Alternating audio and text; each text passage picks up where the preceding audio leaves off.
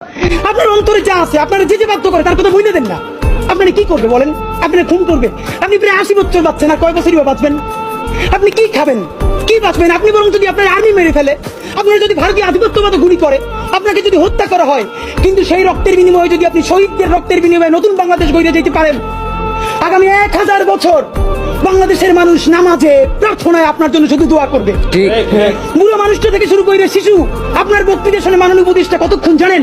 যতক্ষণ আপনি জুলাইয়ের জবানে কথা বলেন।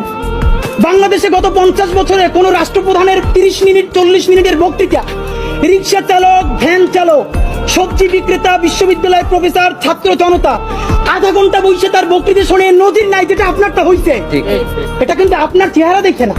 আপনি রাজনৈতিক দল করছিলেন, ফেরও করছেন, কিন্তু এইবার যে আপনার এই বাংলাদেশের পক্ষে হৃদয় নিংড়ে ভালোবাসা, আপনি যখন বক্তৃতা করেন আপনি আর্টিফিশিয়াল কিছু বলেন না, কিন্তু আপনি যখন ঘোষণাপত্র বললেন আপনার চেহারায় আর্টিফিশিয়াল ছাপ।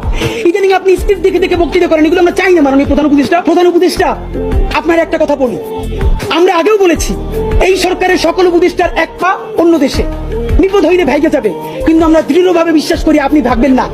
এর প্রমাণ, আপনি যদি ভাগতেন পৃথিবীর কোন দেশ আপনারে রাখতে চায় না বলেন?